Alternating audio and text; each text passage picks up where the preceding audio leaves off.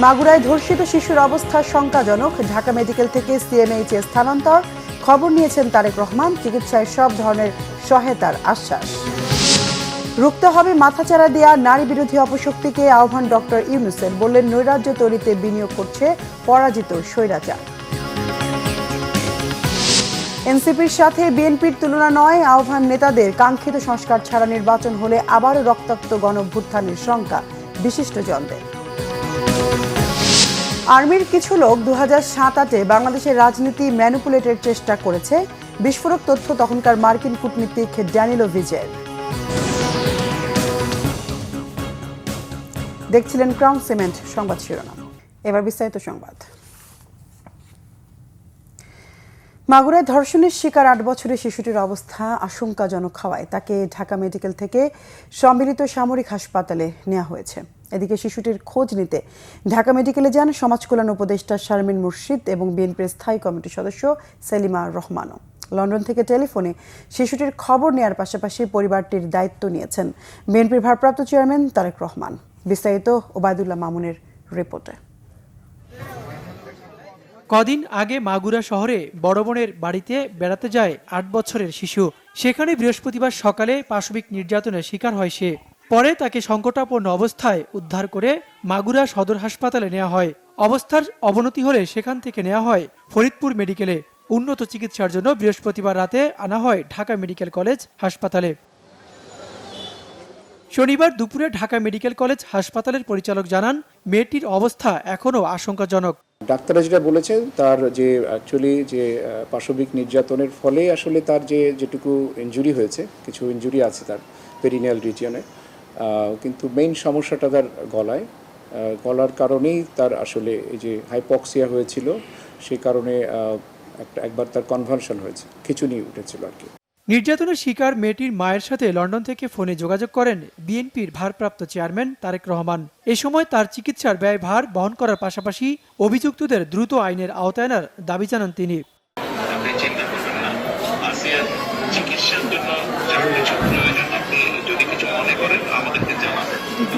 শনিবার দুপুরে ঢাকা মেডিকেলে তার খবর নিতে আসেন সমাজ কল্যাণ উপদেষ্টা শারমিন মুর্শিদ। পরে গণমাধ্যমকে জানান, এই ঘটনায় কাউকে ছাড় দেওয়া হবে না। এটা হতে দেওয়া যাবে না। এই কেসটা is a clear cut case. এখানে এভিডেন্স আছে, ঘটনার প্রমাণ আছে, এবং এটাকে কিছুতেই আমরা হাতছাড়া হতে দেব না। এবং প্রথম কথা হচ্ছে যে আইনের আওতায় আনতে হবে, এবং তাদেরকে অ্যারেস্ট করা হয়েছে, কোনোভাবেই যেন তারা ছাড়া না পায়, সেটা আমিও নজরদারি রাখবো, আপনাদেরকেও বলবো নজরদারি রাখতে। একই সময়ে শিশুটির খবর নিতে ঢাকা মেডিকেলে আসে বিএনপির একটি প্রতিনিধি দল। অন্তর্বর্তীকালীন সরকারের আমলে এ ধরনের অপরাধ বাড়ায় সরকারের ভূমিকা নিয়েও প্রশ্ন তোলেন তারা। এই মেয়েটার কি দোষ ছিল? তার কি বেঁচে থাকার কোনো অধিকার ছিল না? তাহলে সরকার কি করছে? আমাদের এখন প্রশ্ন যে আপনারা কি করছেন? একের পর এক ঘটনা করছে, মব জাস্টিস বলে আজকে অ্যানাউন্স করে লুটপাট হচ্ছে, জনগণের উপর জনগণকে হেনস্থা করা হচ্ছে। তাহলে আমরা কি সরকার নাই বলবো? নির্যাতনের ঘটনায় শিশুটির মা বাদী হয়ে মাগুরা সদর থানায় মামলা করেছেন। পরে ভুক্তভোগীর বোনের শ্বশুর, শাশুড়ি, ভাসুর ও স্বামীকে আটক করে পুলিশ। শুধু ধর্ষণ নয়, করা হয়েছে গলা টিপে হত্যা চেষ্টা। ওবায়দুল্লাহ মামুন, বাংলা ভিশন, ঢাকা। চট্টগ্রামের সীতাকুণ্ডে গণধর্ষণের শিকার হয়েছে এক কলেজ শিক্ষার্থী। শনিবার দুপুরে গুলিয়াখালী সি বিচে ঘুরতে গিয়ে গণধর্ষণের শিকার হন বলে অভিযোগ ওই শিক্ষার্থীর। পরে স্থানীয়রা তাকে উদ্ধার করে পুলিশে খবর দেয়। তারা জানায়, সীতাকুণ্ড মহিলা কলেজের ওই শিক্ষার্থী শনিবার দুপুরে তার এক বন্ধুর সঙ্গে গুলিয়াখালী সি বিচ এলাকায় ঘুরতে যায়। বিচ এলাকার বেড়িবাঁধ পার হয়ে সাগর পাড়ে যাওয়ার সময় 4 যুবক তাদের ধরে উপকূলে ঝাউবাগান এলাকায় জিম্মি করে। ওই সময় ওই শিক্ষার্থীর বন্ধুকে মারধর করে তারা। পরে পালাক্রমে 4 জন ধর্ষণ করে পালিয়ে যায়। পতিত স্বৈরাচার নৈরাজ্য তৈরিতে বিনিয়োগ করছে জানিয়ে সবাইকে যুদ্ধ পরিস্থিতির মতো সজাগ থাকার আহ্বান জানিয়েছেন অন্তর্বর্তীকালীন সরকারের প্রধান উপদেষ্টা। বলেন, নারী বিরোধী যে শক্তি মাথাচাড়া দেওয়ার চেষ্টা করছে, সবাইকে সাথে নিয়ে তাকে প্রতিরোধ করতে হবে। রাজধানীর ওসমানী স্মৃতি মিলনায়তনে নারী দিবসের অনুষ্ঠানে সব কথা বলেন মোহাম্মদ ইউনূস। রকুনুজ্জামানের রিপোর্ট। শনিবার রাজধানীর ওসমানী স্মৃতি মিলনায়তনে নারী দিবসের অনুষ্ঠানে যোগ দেন প্রধান উপদেষ্টা অধ্যাপক মোহাম্মদ ইউনূস। অনুষ্ঠানে বিভিন্ন ক্ষেত্রে অবদানের জন্য 5 বিশিষ্ট নারী ও নারী ক্রিকেট দলকে অদম্য নারী পুরস্কার তুলে দেন প্রধান উপদেষ্টা। দেশে সংগঠিত নৈরাজ্যের পেছনে পতিত স্বৈরাচারে ষড়যন্ত্র রয়েছে বলে উল্লেখ করে সবাইকে সতর্ক থাকার আহ্বানও জানান অধ্যাপক মোহাম্মদ ইউনুস। পতিত স্বৈরাচার দেশে নৈরাজ্য সৃষ্টি করতে বিপুল পরিমাণ অর্থ বিনিয়োগ করে যাচ্ছে।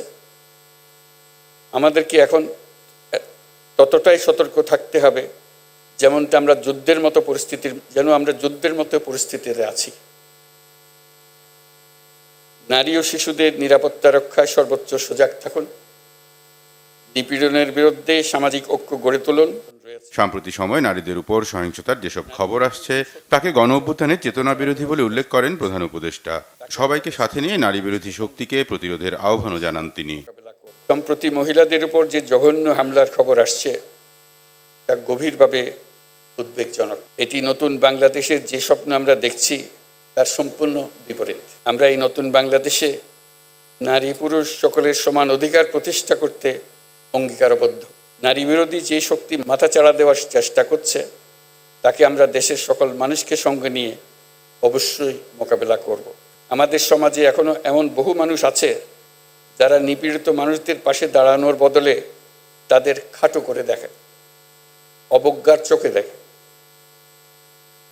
অথচ নারীর প্রতি সহিংসতা, নারী নির্যাতন প্রতিরোধ করতে হলে, বৈষম্যহীন সুন্দর বাংলাদেশ গড়তে হলে নারীর পাশে দাঁড়ানোর, তাদেরকে সমর্থন জানানোর কোনো বিকল্প নাই। নারীর প্রতি সহিংসতা রোধ সরকারের অন্যতম অগ্রাধিকার। নারীদের এগিয়ে নিতে অন্তর্বর্তীকালীন সরকারের নানা উদ্যোগের কথাও তুলে ধরেন সরকার প্রধান। রকুনুজ্জামান, বাংলা ভিশন, ঢাকা। কোন দল হুমকি ধামকি দিলে বিএনপি চুপচাপ বসে থাকবে না বলে মন্তব্য করেছেন দলটির নেতারা।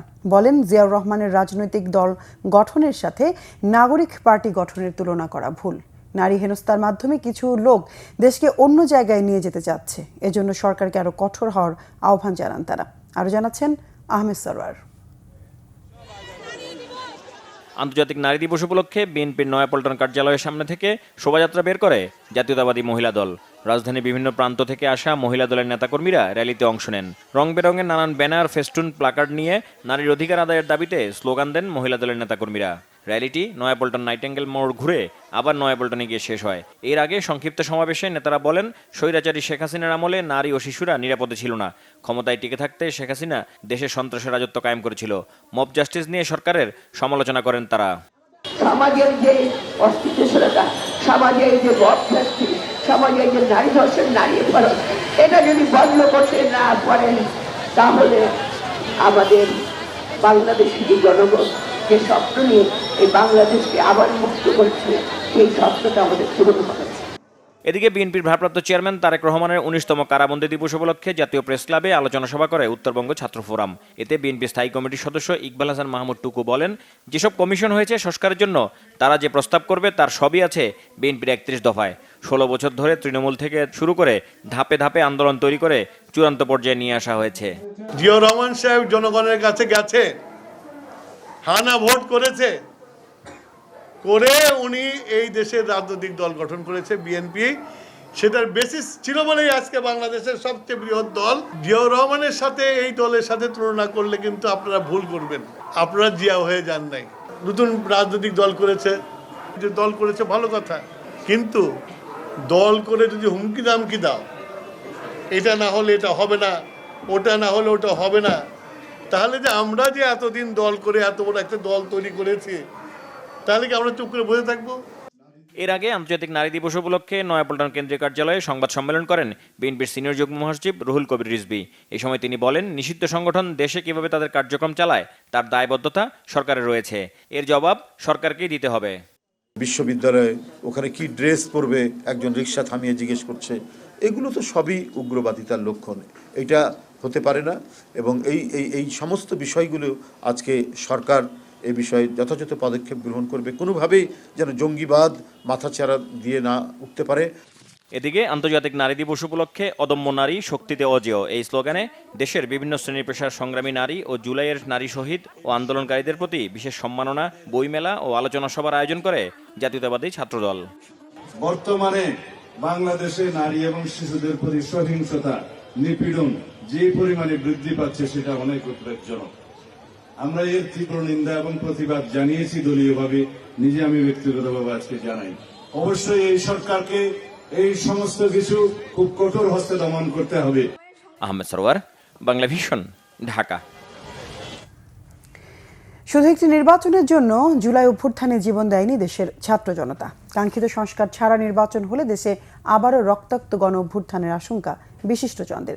তাদের মতে জাতীয় নির্বাচনের আগে বর্তমান নির্বাচন কমিশনের জন্য টেস্ট কেস হিসেবে হলেও স্থানীয় নির্বাচন আয়োজন করা জরুরি। মুহিবুল্লাহ মুহিবের রিপোর্টে বিস্তারিত। জাতীয় প্রেস ক্লাবে centre for policy analysis and advocacy CPAA আয়োজিত বর্তমান রাজনৈতিক প্রেক্ষাপটে জাতীয় ও স্থানীয় সরকার নির্বাচন বিষয়ক সংলাপ অনুষ্ঠিত হয়। সংলাপে অংশ নিয়ে বক্তারা বলেন, নির্বাচন সংস্কার কমিশন নিয়ে দেশের রাজনৈতিক দলগুলোর কোনো মতবিরোধ ছিল না, তাই সকল দলের উচিত তাদের সুপারিশগুলো মেনে জাতীয় নির্বাচনের আগে স্থানীয় সরকার নির্বাচনের বিষয়ে একমত হওয়া। যে দলীয়ভাবে দলীয় মনোনীত দলীয় পরিচয় স্থানীয় সরকার নির্বাচন হয়, তাহলে সেই নির্বাচনটা সুষ্ঠু, ফ্রি, ফেয়ার, যেটা ক্রেডিবল আমরা বলি, সেগুলো না হওয়ার আশঙ্কা থাকে। অর্থাৎ এই দুইটা জরিপের ফলাফল থেকেও আমরা জানতে পারি বা আমরা দেখতে পাই, আমরা সুস্পষ্ট একটা ধারণা পাই যে আসলে এই নির্দলীয় সরকার ব্যবস্থা থাকা অবস্থায়, বর্তমান অন্তর্বর্তীকালীন সরকার থাকা অবস্থায় যদি স্থানীয় সরকার আগে হয়, তাহলে সেই নির্বাচনটা সুষ্ঠু, সুন্দর, অবাধ হওয়ার একটা আমরা কি সম্ভাবনা দেখতে পাই। নয়া রাজনীতি বন্দোবস্তের নামে আমি যে আবার নতুন চাঁদাবাজি করবো না ভাই, চাঁদাবাজি যদি করি তাহলে সিনিয়র চাঁদাবাজ যারা আছে, আগের বিএনপি, আগের জামাত, আগের এবি পার্টি, তাদেরকেই দেই, প্রমাণে দিয়ে দরকার কি, আমরা খুচরা কাছে খাই। আর হ্যাঁ, যদি নতুন রাজনৈতিক বন্দোবস্তই করতে চান, তাহলে স্থানীয় সরকার আর জাতীয় নির্বাচনের চেয়েও বড় হলো পলিটিক্যাল কালচার। আর পলিটিক্যাল কালচার বদলাতে পারবে বাংলাদেশের একটা জিনিস, সেটা হলো সংস্কার, সংস্কার, সংস্কার। যেই বন্দোবস্তের ভিত্তিতে ফ্যাসিবাদী শাসন ব্যবস্থার ফিরে আসবে না, যার মধ্য দিয়ে বারে বারে হাসিনা এরশাদের মতো হিটলারের বঙ্গীয় সংস্করণগুলো আমাদেরকে যেন দেখতে হবে না, এমন একটা বন্দোবস্ত চাই। আমি যেহেতু বাংলাদেশের বিভিন্ন জেলাতে সফর করি প্রচুর, আমি দেয়াল লিখনগুলো খুব মনোযোগ সহকারে পড়বার চেষ্টা করি, এবং কোনো দেয়াল লিখনে আমার চোখে পড়ে নাই যে ছেলেমেয়েরা, তরুণরা লিখেছে যে অবিলম্বে নির্বাচন দেন। বক্তারা বলেন, একটি দলের স্বৈরতান্ত্রিক মনোভাব, বিরোধী মত দমন, সীমাহীন দুর্নীতি এবং ভোট জালিয়াতি করে ক্ষমতায় টিকে থাকার অনিবার্য পরিণতি 24-এর গণ অভ্যুত্থান। 5 আগস্টের পর কিন্তু অনাস্থা তৈরি ছিল না, সবাই ঐক্যবদ্ধ ছিল বলেই স্বৈরাচারের পতন ঘটানো গেছে। কিন্তু এখন তো তাদের পথ ভিন্ন হয়ে গেছে। এখন সবাই ভোটের হিসাব করছে, ক্ষমতার হিসাব করছে। আমি অন্তত ভেবেছিলাম যে এই জুলাইয়ের পরে দিয়ে আর কিছু না হোক, সড়কের মৃত্যু কমবে, সড়ক দুর্ঘটনা কমবে, মানুষ প্রতিবাদী হবে। আমি দেখি নাই এই ব্যাপারে খুব একটা সোচ্চার হওয়ার জন্য। জাতীয় নির্বাচনের পর দেশের মানুষের কাঙ্ক্ষিত সংস্কার সম্পন্ন করা দলীয় সরকারের পক্ষে সম্ভব হবে না বলেও মত দেন কেউ কেউ। সমাপ্তি করতে পারি নাই। মুহিবুল্লাহ মুহিব, বাংলা ভিশন, ঢাকা। 2007-8 সালে আর্মির কিছু লোক বাংলাদেশের রাজনীতিকে ম্যানিপুলেট করার চেষ্টা করেছিল বলে জানিয়েছেন সে সময়কার মার্কিন কূটনীতিক জন এফ ড্যানিলোভিচ। সে সময় সংস্কার না করে কোনো রকম সমঝোতা করে নির্বাচনের উপর গুরুত্ব দেওয়া সংক্রান্ত মার্কিন নীতি ভুল ছিল বলে মনে করেন তিনি। বলেন, বাংলাদেশ সংক্রান্ত ভারতের নীতি সঠিক না। রিপোর্ট করছেন ইমরুল কায়েস।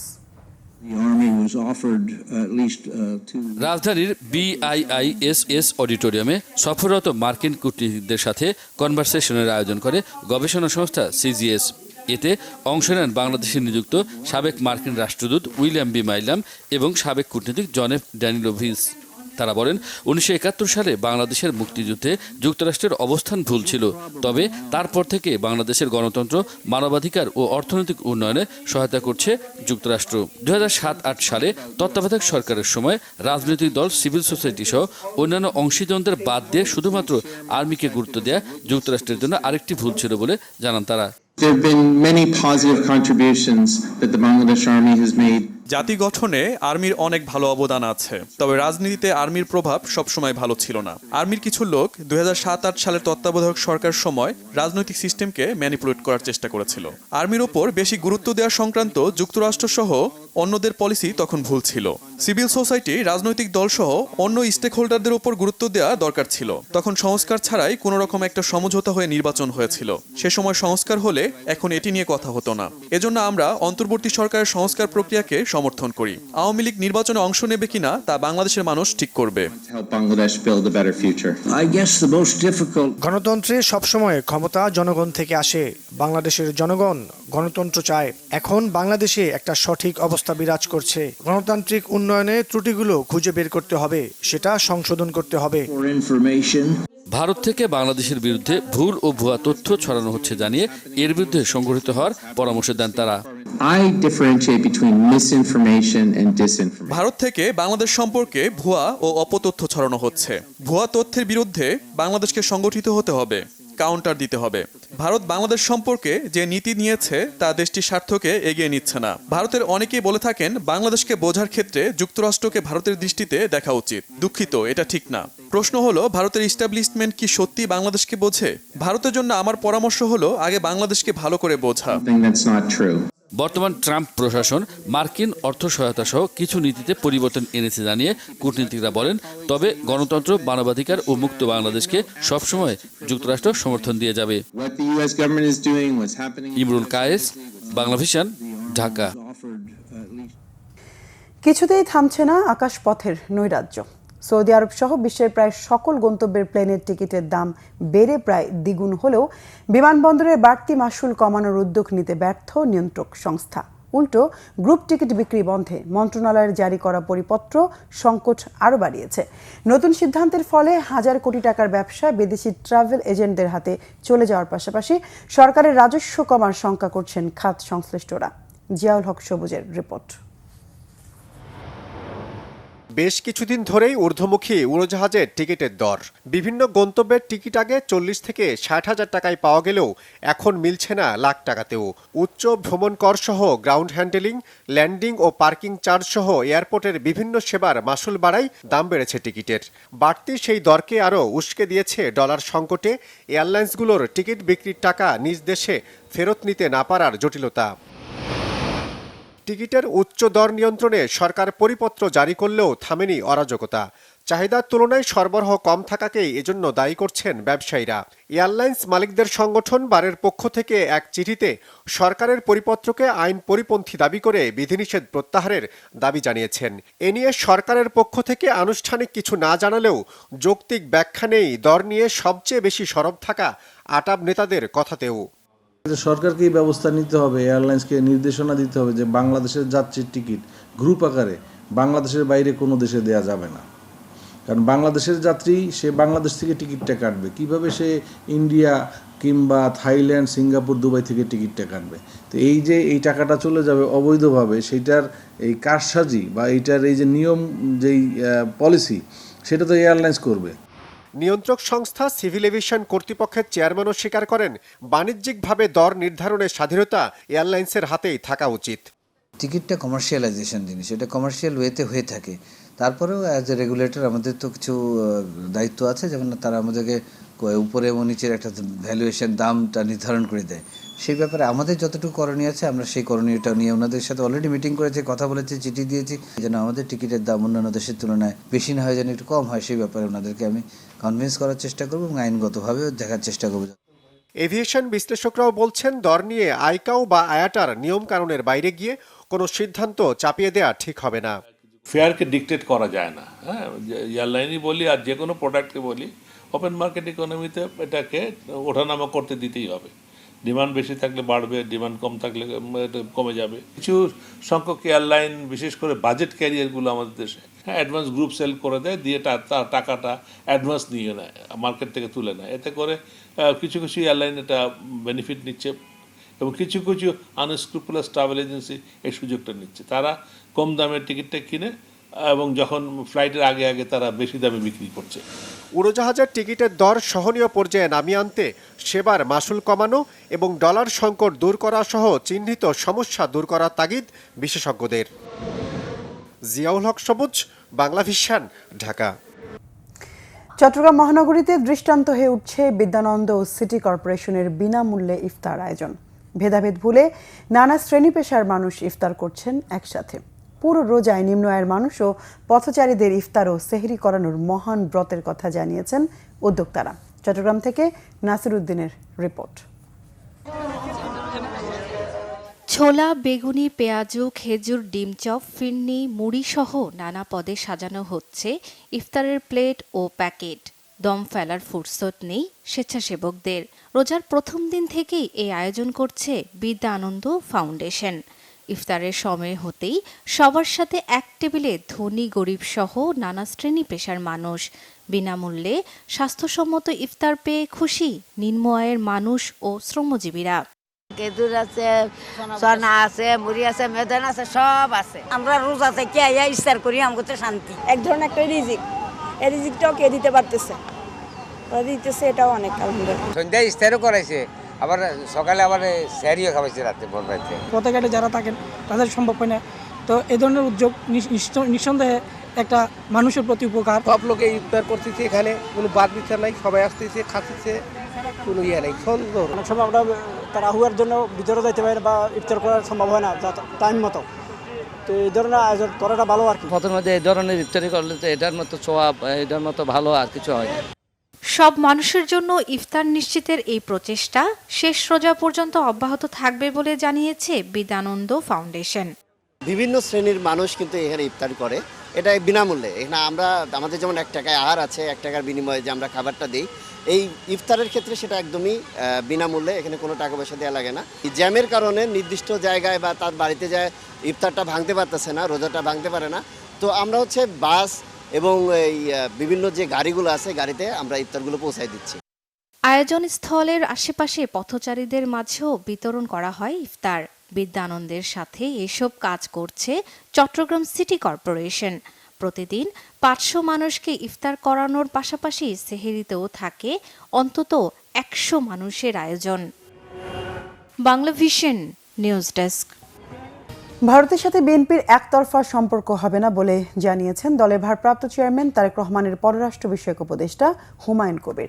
তিনি বলেন, শেখ হাসিনাকে ভারতে রেখে বন্ধুত্বপূর্ণ সম্পর্ক গড়ে ওঠা কঠিন। তারপরও দেশের স্বার্থকে প্রাধান্য রেখেই ভারতের সাথে যোগাযোগ বা সম্পর্ক হবে। দুদিনের সংক্ষিপ্ত সফরে বাংলাদেশে এসে বাংলা ভিশনের সাথে একান্ত সাক্ষাৎকারে হুমায়ুন কবির এসব কথা বলেন। এ সময় তিনি বলেন, তারেক রহমানকে নিয়ে দেশে বিদেশি নিরাপত্তার ঝুঁকি আছে, তারপরও তিনি নির্বাচনের আগেই দেশে ফিরবেন। নিয়াজ মাখদুমের রিপোর্ট।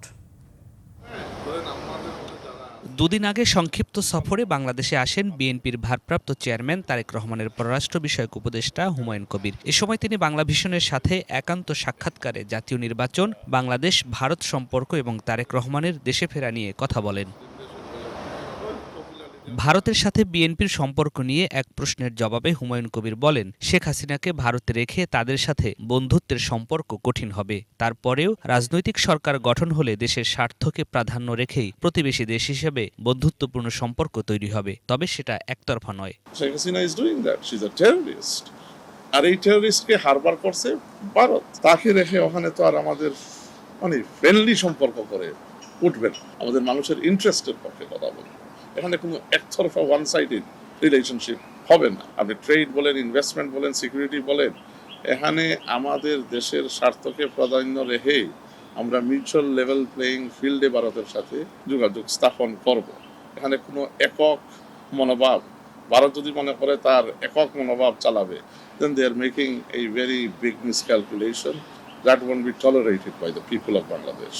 তারেক রহমান কবে দেশে আসতে পারেন সেই বিষয়টিও পরিষ্কার করেন এই সাক্ষাৎকারে। একই সাথে দেশি বিদেশি নিরাপত্তা ঝুঁকির কথা উল্লেখ করেন তিনি। উনি যেদিন আসবেন বাংলাদেশে কোটি কোটি লোক এখানে হবে, স্বাভাবিকভাবে তো এটা ঝুঁকি থাকবে। ডোমেস্টিক বলেন বা ইন্টারন্যাশনাল ফেসিং বলেন, রোগ এলিমেন্টস তো আছেই। তো যত দূরত্ব এই নির্বাচনের রোড ম্যাপ দিবেন, তত দূরত্ব স্বাভাবিকভাবে উনার ফেরারও সম্ভাবনা অনেক বলবি হাই। রাষ্ট্র কাঠামোর 31 দফার বিষয়টি মনে করিয়ে এই উপদেষ্টা বলেন, বিএনপির সরকার কেমন হবে এটি তার একটি ধারণা। 31 দফার মাধ্যমে বাংলাদেশের মানুষের সাথে সংযুক্ত হচ্ছেন তারেক রহমান।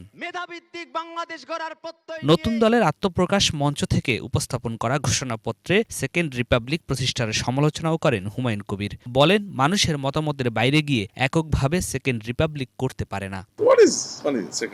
এইগুলা আপনি মানুষের মতামতের বাইরে গিয়ে এককভাবে কিন্তু স্থাপনা আপনি করতে পারেন না। তো what is the best method of taking people's view point? মানে এক্সিকিউটিভ ডিসিশনে আপনি কনস্টিটিউশন বদলাবেন বা এক্সিকিউটিভ ডিসিশনে আপনি যেভাবে চান যা ইচ্ছা তা করবেন, ইটস নট পসিবল। মানুষের পালস ছিল to get rid of Sheikh Hasina. এখন মানুষের পালস হচ্ছে যে একটা স্থিতিশীল ইলেক্টেড গভর্নমেন্ট প্রয়োজন এই দেশকে এগিয়ে নেওয়ার জন্য। তো এটা আপনার বুঝতে হবে। হাসিনা পতনের এই আন্দোলনে ছাত্র সমাজ, সাধারণ জনগণ, বিভিন্ন রাজনৈতিক দল এবং সিভিল সোসাইটির অবদান রয়েছে। তাই কাউকে ছোট করে দেখার এখতিয়ার নেই বলেও মন্তব্য করেন হুমায়ুন কবির। নিয়াজ মাখদুম, বাংলা ভিশন, ঢাকা। কর্মব্যস্ত জীবনে অনেকেরই ইফতার সারতে হয় চলতি পথেই। সড়ক মহাসড়কে বাস কিংবা বিভিন্ন যানবাহনে ইফতার সারেন ব্যস্ত রোজাদাররা। এছাড়া বিভিন্ন এলাকা থেকে নগরীতে কেনাকাটা করতে আসা রোজাদাররাও ইফতার সারেন ফুটপাতে বা আশপাশের রেস্টুরেন্টগুলোতে। ময়মনসিংহ নগরীর মাসকান্দা ও পাটগুদাম বাস স্ট্যান্ড এবং কেনাকাটার প্রাণকেন্দ্র গাঙ্গিনার পাড় এলাকার চলতি পথের মানুষদের ইফতার নিয়ে অমিত রায়ের তথ্য ছবিতে ডেস্ক রিপোর্ট। ময়মনসিংহের সড়ক মহাসড়কে চরম কর্মব্যস্ততা, নানা কাজে ছুটছে মানুষ। এর মধ্যেই সময় হয় ইফতারের। বাস, সিএনজি ও অটোরিকশার যাত্রীদের ইফতার সারতে হয় যাত্রা বিরতিতে অথবা বাস স্ট্যান্ড এলাকায়। আবার কেউ কেউ গাড়িতে বসেই কোনো রকমে সেরে নেন ইফতার। আর এসব রোজাদারদের কথা মাথায় রেখে সুস্বাদু রকমারি ইফতারের পসরা সাজিয়ে বসেছেন ব্যবসায়ীরা। হসপিটালে আসছিলাম রুগী দেখার জন্য, এখন সময় হয়ে গেছে ইফতারের, তাই এমনি ইফতার কিনে নিলাম, বাসে বসে ইফতার করবো আর কি। বাড়িতে যাওয়া বা কোনো রেস্টুরেন্টে যাওয়া বসার সুযোগ নেই। আমরা রাস্তার পাশেই আমরা আমাদের মতো নিজের ব্যবস্থাপনায় দ্রুততম সময়ের মধ্যে আমরা সামান্য কিছু আয়োজন করি। এর মাধ্যমে ইফতারটা তাড়াতাড়ি শেষ করে আবার আমাদের কাজে চলে যাওয়ার চেষ্টা করি। গাড়িতে করি আমরা, এই যাই ভাই আর কি করি, মোড়ে গেছে চাকরি করি, বুঝুন হেল্পারি করি, কয়টিয়া পাই মোটামুটি বাগে আর কি, সামান্য হালকা কিছু আনি আমরা ইফতারি। আমরা গাড়ির ড্রাইভার, আমরা গাড়িতে ইফতারি খাই। আমরা ইচ্ছা করলে আমরা বাড়িতে যাইতে পারি না, সময় পাই না, সেজন্য আমরা গাড়িতে সবাই মিলে গাড়িতে খাই ইফতার। গাড়ি চালাই, রোজা রাখি, তারপর ইফতার সময় হলে বাসায় যাইতে পারি না, তাই দোকানপাট যাই সামনে পরে, তাই টুকটাক আমরা যাই খাওয়ার কাম খাই। আমার বাড়ি নেত্রকোনা যাবো, ইফতারের সময় রাস্তার ধারে ইফতার করে লাগছে। এদিকে ঈদের জন্য একটু আগেভাগেই কেনাকাটা সেরে নিচ্ছেন অনেকে। প্রত্যন্ত এলাকা থেকে শহরে এসে কেনাকাটার মধ্যে সময় হয় ইফতারের। দোকান, রেস্টুরেন্ট ও ফুটপাতে হয় তাদের ইফতার। আজকে আসলে ডে লং আমরা শপিং করছি, এজন্য ইফতারের টাইম হয়ে গিয়েছে, এজন্য আশায় বাইরে ইফতার করা। যেহেতু একটু আমরা এসেছি, টুকটাক কেনাকাটার ছোট একটা ছিল,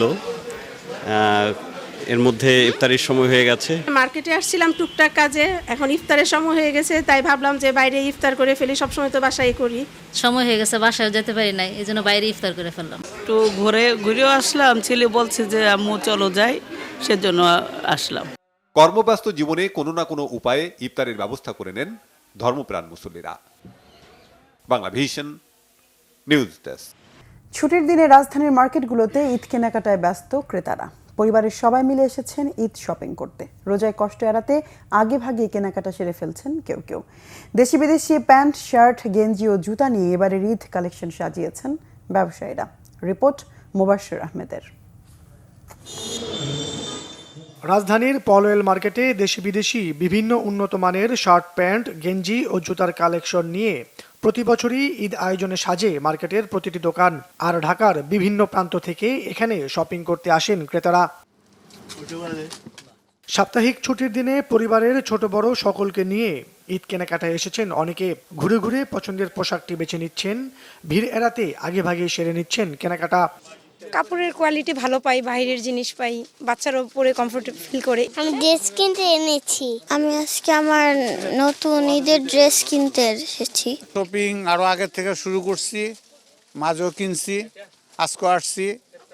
এখন নাতি নাতকুর মেয়ের জামাইদের জন্য কিনবো, নিজের জন্য কিনবো। এবার মার্কেটে ইন্ডিয়ান জিন্সের কালেকশন বেশি। থাইল্যান্ড, ইন্ডিয়া, চায়নার গেঞ্জি, বিদেশি বিভিন্ন ব্র্যান্ডের শার্ট ও জুতার কালেকশনও রয়েছে মার্কেটে।